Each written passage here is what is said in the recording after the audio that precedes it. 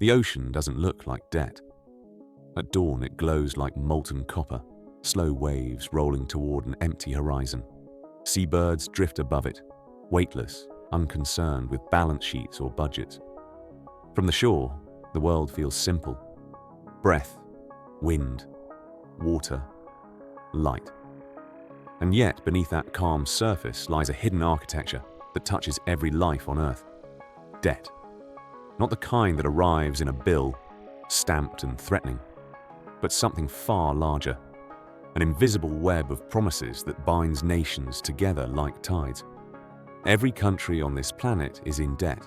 The United States owes more than $38 trillion, a number so vast it stops being human and becomes cosmic. The European Union carries around 14 trillion. Japan nearly 9 trillion. Even oil-rich kingdoms and manufacturing superpowers, the places we imagine as wealthy, are deep underwater in borrowed money. Walk through a city at night and you can feel it without seeing it.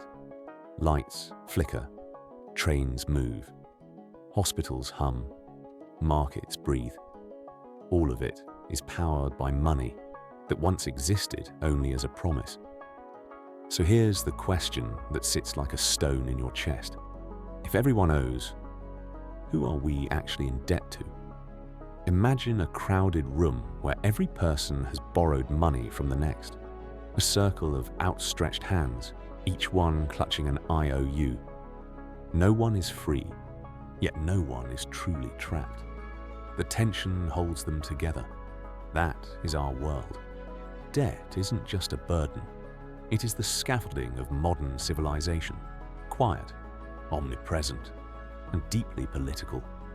Wars have been fought over it. Empires have risen because of it. Nations have collapsed beneath its weight. To understand it, we have to travel back before credit cards, before stock markets, before computers, to a damp, candlelit room in 17th century England. It is 1694. London smells of smoke, rain, and gunpowder. England is at war with France. Bleeding gold it does not have. The king faces a choice: surrender or borrow.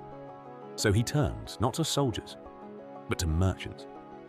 They agree to lend him money, not once, but forever, in exchange for steady interest paid by future taxpayers who do not yet exist. Out of that deal, the Bank of England is born.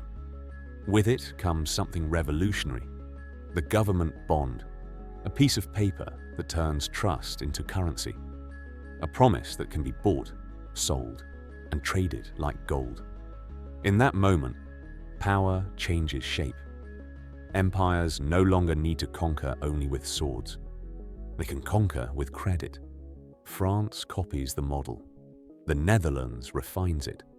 A young United States uses it to finance its revolution, then its expansion westward. Debt stops being a confession of weakness.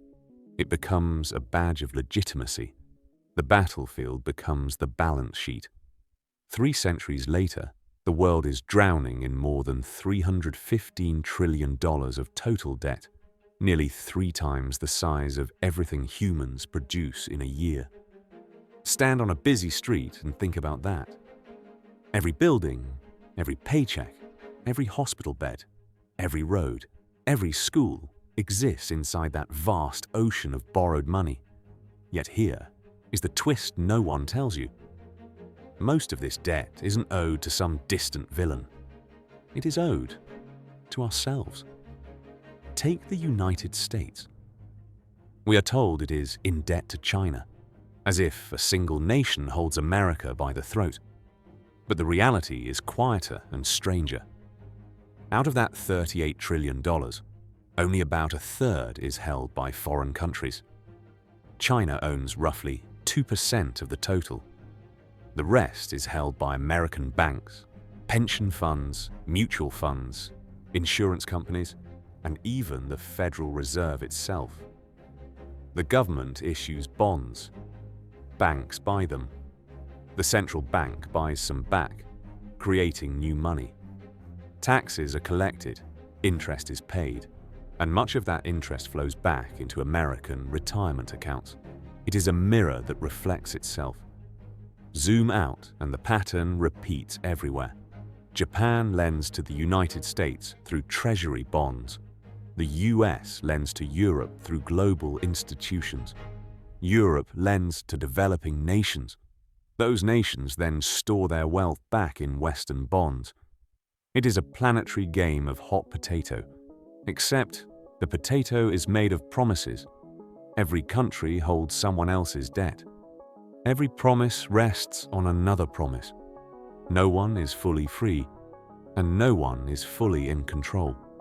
Behind this delicate dance sits a shadowy constellation of power. Hedge funds moving billions with a keystroke. Pension funds protecting the futures of millions. Sovereign wealth funds steering the destiny of entire regions. And at the center, central banks, calm and omnipotent.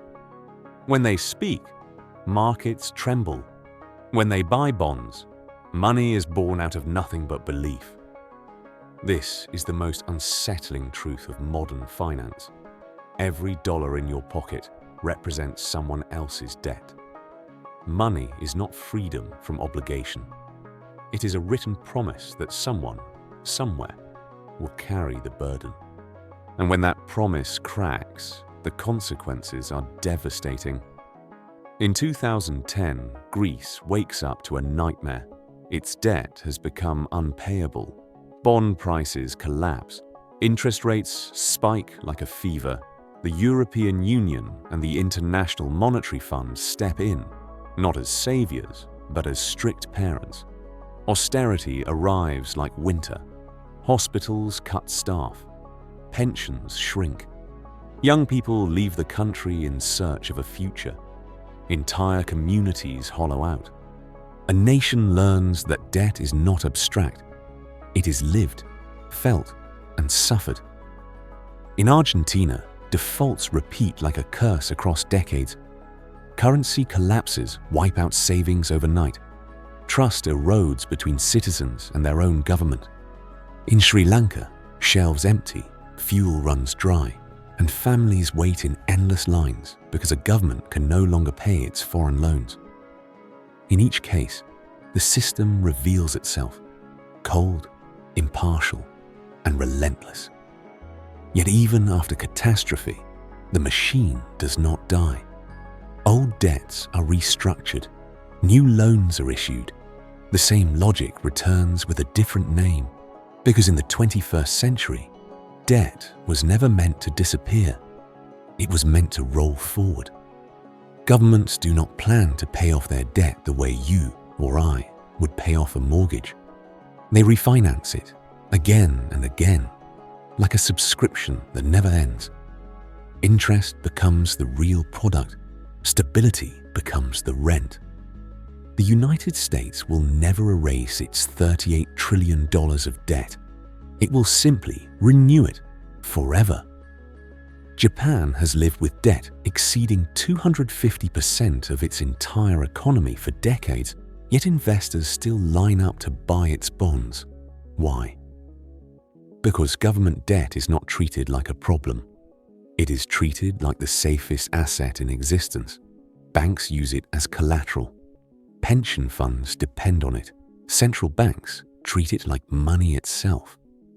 If America suddenly paid off every dollar it owed, the global financial system would panic, not celebrate, because the world would lose its most trusted financial foundation. So instead, governments keep issuing debt in steady rhythm. It becomes the heartbeat of capitalism, pulse after pulse, promise after promise. But beneath this elegance lies a moral tension.